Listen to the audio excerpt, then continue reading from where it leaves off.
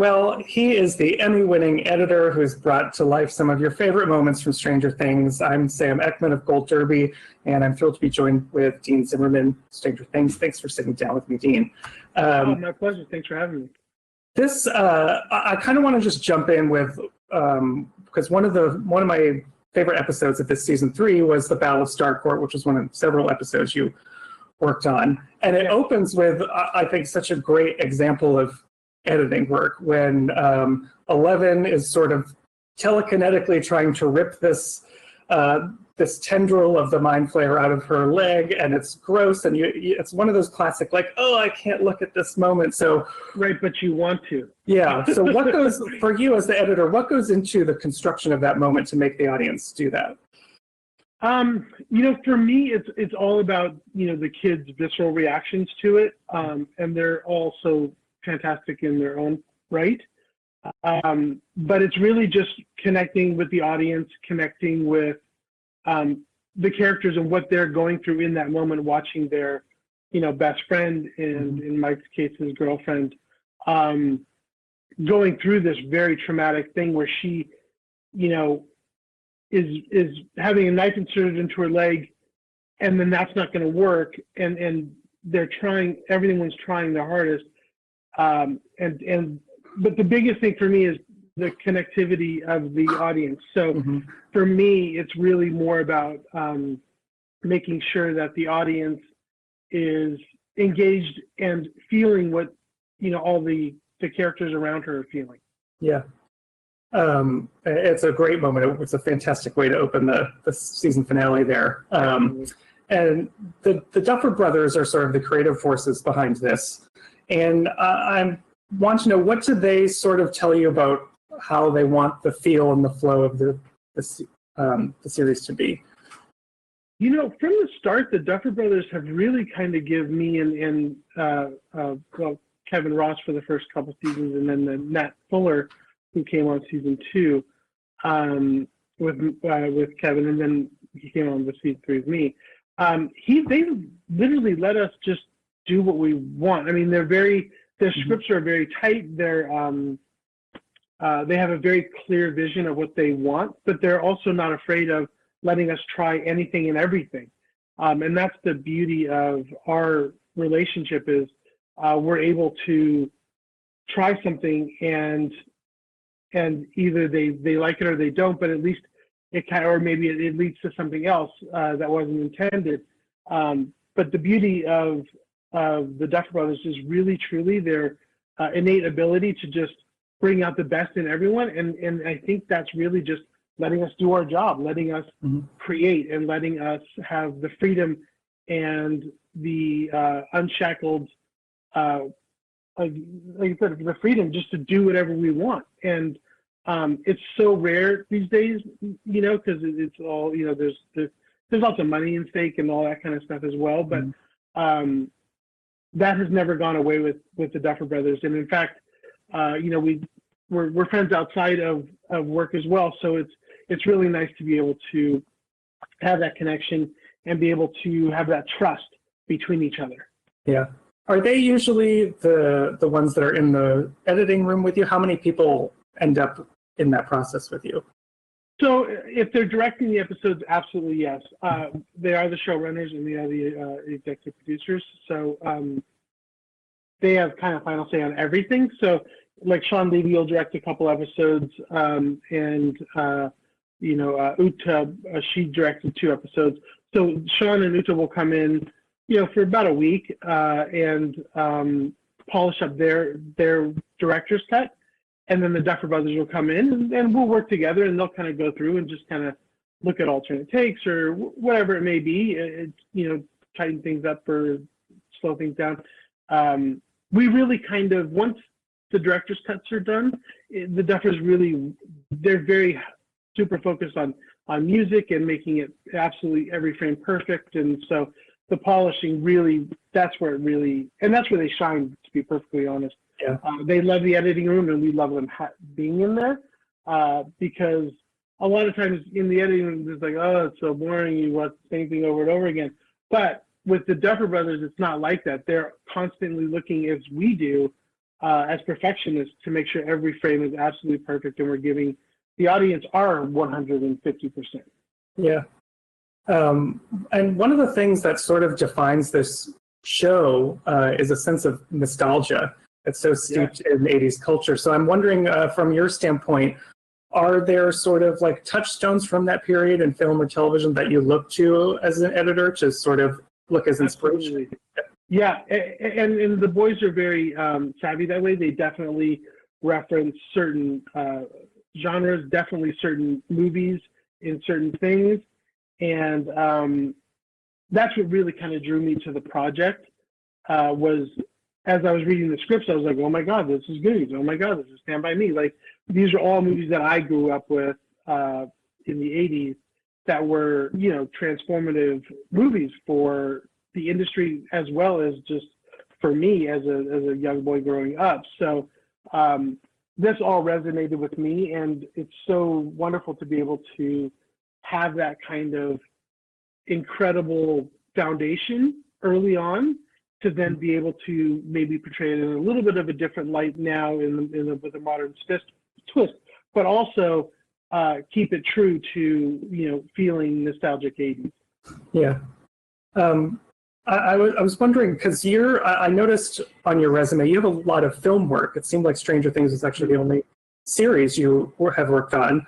And I've done a couple pilots, okay. but this is definitely the first series I've ever worked on.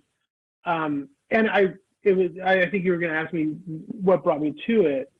I was working on a feature, and Sean Levy, who I've done basically my entire career with, really, and who's been absolutely the most pivotal role model, other than my father, in shaping my life and career.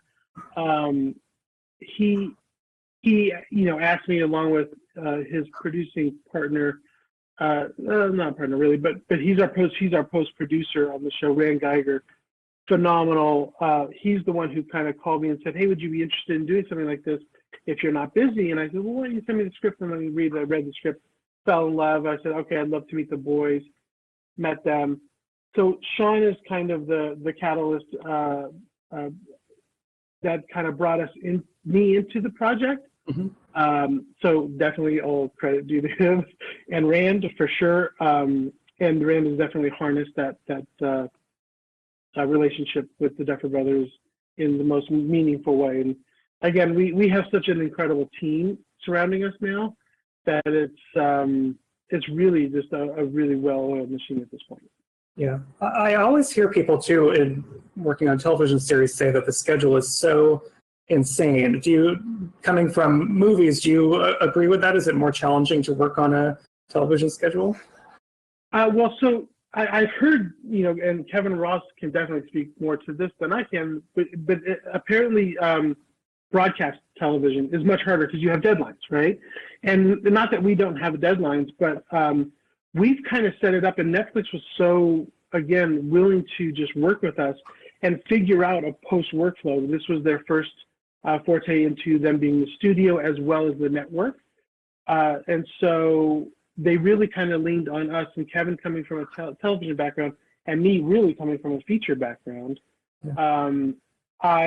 We kind of melded the two workflows in post to kind of maximize our creative efficiency, giving us the most time possible. So in other words, we and also because Netflix releases everything globally at once and not episode by episode, mm-hmm. We're able to kind of really fine tune and craft the entire series through all the different episodes. And then we do all the finishing work at the end. So all the sound and the music and color timing and all the mixing, all that stuff happens at the end of the process. And then we release it to the world. So we have months and months and months. So we'll have finished episodes 1, 2, 3, 4, 5, 6 while we're working on 7 and 8, or actually even while the boys are shooting 7 and 8. And we finished these other episodes, we're able to call them and go, hey, we would love to have a line or a shot of something to go into one of the prior episodes just to connect pieces. And we did that quite a bit actually in season 1, and then also throughout the rest of the season. And it's so great to be able to have that flexibility, and it just, like, again, it yields you the most creative time, and to be able to tell the best story possible. And the Duffers being writers, it's like maximum flexibility. So for them, they absolutely love when we call and go, hey, can we get this shot? So they usually add more than what we really need. You mentioned music to it in that answer, and there's a really infamous musical moment in that finale that you worked on with the never-ending story that all of a sudden comes into play, which is it's great because it's this hysterical moment amid, like, it takes a tonal detour for a moment. Yeah. How do you as an editor make that work? Because it just all of a sudden out of the action veers into comedy, comes back and lands and works. Yes, and that's the beauty of the series, is to be able, and that's really kind of what I brought in season 1 to the project, which was comedy and that balance, right? That delicate balance of shaping a scene where we can be, in your face, smack you with these big jump scares, but then have this moment of levity so that you can sit back in your chair, then you can kind of relax, so that then we can whack you again with something else. And with the never-ending story, the Duffers obviously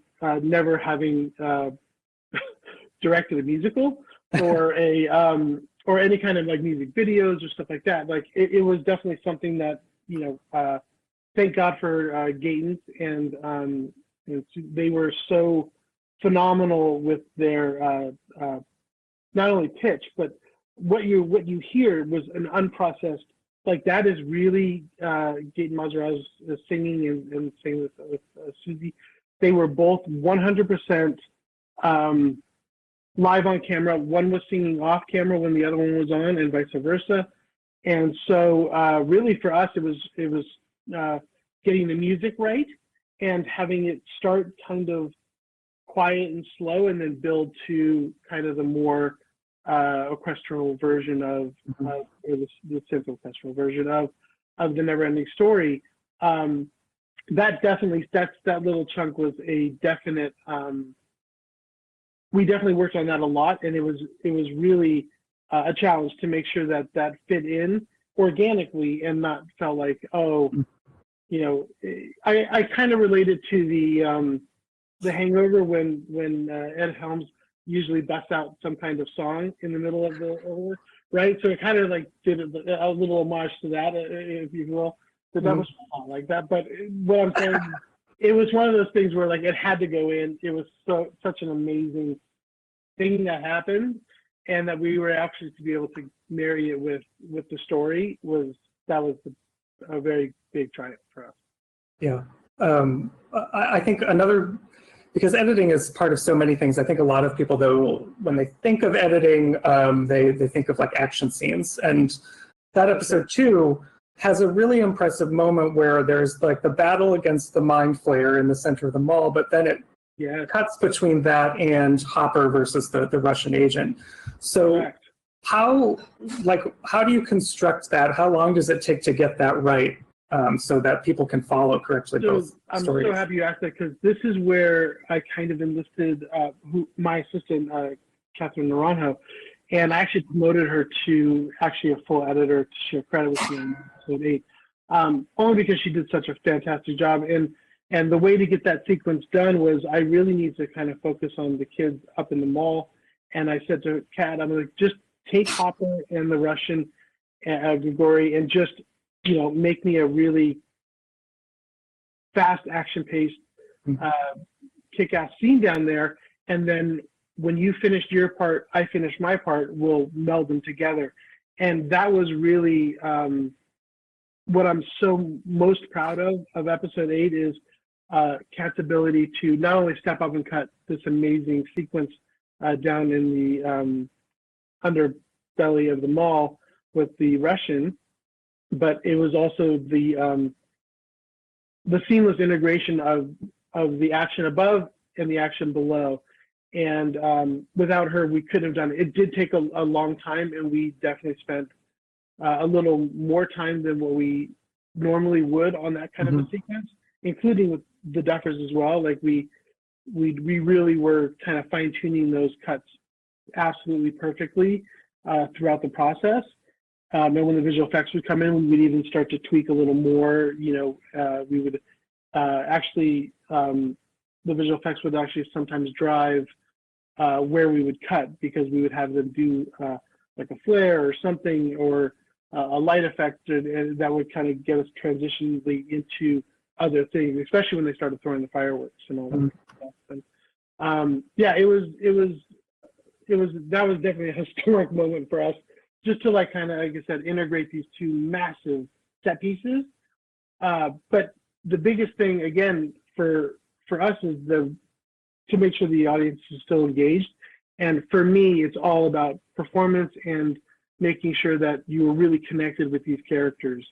So that's, and then again, in all of that, we also have another moment where 11 is laying on the ground trying to get Billy back from the dark side, if you will.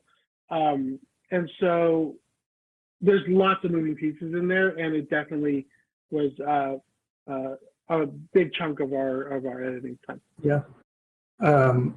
You mentioned performances, and one of the things I've always been fascinated by with editors is that, with all the takes on set, you really can help shape a performance depending on what is chosen, what goes into it. So is that a daunting task to have? How do you kind of decide when you have a bunch of takes to go through? Well, it's definitely why Sean Levy keeps me around, and it's no secret to anyone that actually really knows me. I literally wear my heart on my sleeve. So if I'm happy, I'm happy, and if I'm sad, I'm sad. And so I kind of choose performances how I have not only understood and read the script, but also how it's being presented to me. So as I'm watching dailies, if something really moves me, like Elle's performance in that part that I was mentioning with Billy, where she's trying to bring him back. It was one take that she did this, like literally incredible performance. It was so powerful, so moving, that the entire scene got built around that. And it was then really trying to find the pieces that matched to Billy to make his arc come back around from, like I said, being this, angry, dark, I'm going to kill her, to, wait a minute, she has literally brought me back by this memory of my mother. So I'm going to now sacrifice my life, basically, to protect these kids. And so it's everything. Performance is absolutely everything. I am really, truly guided by my instincts on that kind of stuff. It's paid off, knock on wood. But it's really, honestly, that's the hardest part of editing. Like, action stuff is not easy, but it's kind of paint by numbers, really, because someone throws a punch, you show them throw the punch, and you show the reception of the punch. With performance, you really need to and that kind of performance, especially through the rest of that episode, is very emotional. So it's do we go, how far can you take that emotion to where people will go, I don't believe it anymore? That's the very delicate balance. And I mean, it's definitely resonating with people. One of my kind of guilty pleasures is watching the YouTubers watch episode 8 when they just film themselves. It's definitely a guilty pleasure for me to see them react how I wanted them to or intended them to feel in those certain moments. But then also to then go, wait a minute, it wasn't too much. It wasn't we didn't go too far. And that's really, those are the kind of things that I really love doing. And that's why I enjoy going to work every single day. It's like a playground. Well, it's a great piece of work, season 3. I can't wait till season 4 comes out. Yes.